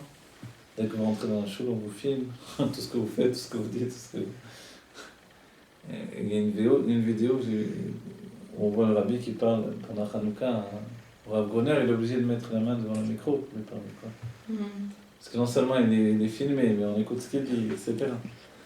Et on sait même que le rabbi s'est retourné et leur a dit arrêtez de me regarder, regardez, quand on prie, on doit avoir les yeux tournés. C'est pas enregistré, les Chassidim les enregistrent.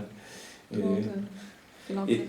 Et en fait, cette idée-là, elle est l'idée de la beauté. Et on terminera par ce point-là. C'est-à-dire l'un des points essentiels même de Yosef, c'était la beauté miraculeuse de Yosef. Et on rapportera le Midrash qui nous disait que celle qui employait Yosef, la femme de Potiphar, alors elle était folle amoureuse de Yosef. On dit que Potiphar lui-même était fou amoureux de Yosef. En fait. C'est bien que lui-même, on dit qu'il se serait castré lui-même pour s'empêcher d'avoir des rapports avec Yosef. Donc Yosef rendait fou finalement. L'être humain le plus bas, les êtres les plus élevés. Il a attisé la jalousie et puis finalement il était tellement divin et sa beauté était tellement divine, tellement parfaite qu'à côté de lui finalement les êtres ne pouvaient être que des êtres inférieurs. Donc soit il forçait le respect, soit il entraînait la haine autour de lui forcément. Et cette beauté chez Yosef faisait que, on dit que la femme de Potiphar, le Midrash nous dit, elle disait à ses amis que c'était insupportable, elle ne savait plus quoi faire. Qu'elle était tellement éprise follement de la beauté de Yosef que c'était invivable. Et évidemment, les amis, bon, certainement ils avaient dû voir des hommes beaux, etc. Mais c'était des Égyptiens, c'était pas Yosef. Elle n'arrivait pas à comprendre. Alors elle leur a dit, venez, je vous invite à la maison. Elle leur a donné des pommes. Je vais vous donner des pommes, vous allez laisser éplucher. Je vais appeler Yosef. Bon, ils ne comprenaient pas, ils ont commencé à éplucher les pommes. Et puis elle a appelé Yosef un instant. Yosef est venu, elle a dit non, excuse-moi, je t'ai appelé pour rien, il est reparti. Et quand Yosef est reparti, ils avaient les mains en sang, c'était épluché les mains. Tellement ils étaient restés éblouis devant la beauté de Yosef. Et elle disait, regardez vos mains, regardez-moi, imaginez tous les jours, imaginez ma torture tous les jours d'être avec un homme comme ça. Si bien qu'à un moment, dans le sens simple des choses, elle a craqué, dans le sens profond, on dira qu'elle avait lu roi Kodesh, elle avait vu que d'elle devait descendre une descendance de Yosef. Et finalement, c'était à sa fille adoptive, qui devait donner la descendance de Yosef. Qui sa fille? Sa fille, c'était la fille de Dina et de Shrem. C'était la fille de Dina et de Shrem, qui était partie en Égypte et qui finalement... Il y a un midrash qui dit que les femmes envoyaient, quand Yosef passait, alors tout le monde avait conscience que c'était le vice-roi, etc. Il était acclamé par la foule. Et finalement, elle avait envoyé, comment ça s'appelle déjà? Elle avait envoyé... Son numéro de téléphone. Voilà, son portable. Elle avait envoyé un pendentif, il y avait les armoiries, on dira, de la famille de Jacob.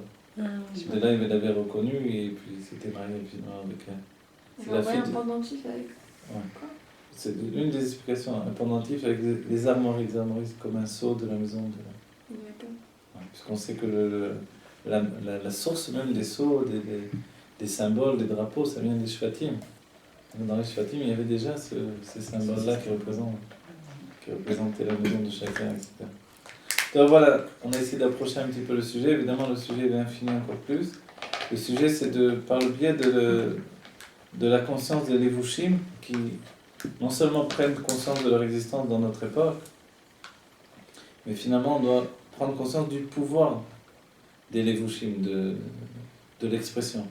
Et c'est pour ça qu'il nous est demandé à chacun d'entre nous de diffuser, de parler, d'écrire, de faire ce que l'on peut faire. Chanter, écrire, parler, chercher au maximum comment exprimer nos vêtements d'expression pour transférer un message.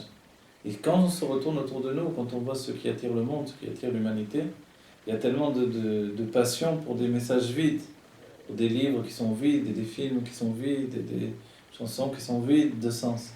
On sait que le Rabbi, par exemple, nous dit quand on endort un enfant, on doit lui chanter des chansons. Et quand on lui chante des chansons, on doit dire dans les chansons que la Torah est plus douce que le miel. Et que la meilleure affaire que l'on doit faire, c'est la Torah. Et que, en fait, toutes ces chansons, c'est-à-dire on doit intégrer un sens. De là, c'est un enseignement réel pour toutes choses que l'on fait. Puisque nous, on doit être la lumière des Goïm, on doit briller de notre expression, de tous nos moyens, de tous les moyens qui nous sont donnés d'exprimer. Ça commence par notre famille, et puis d'élargir le cercle, et de plus en plus.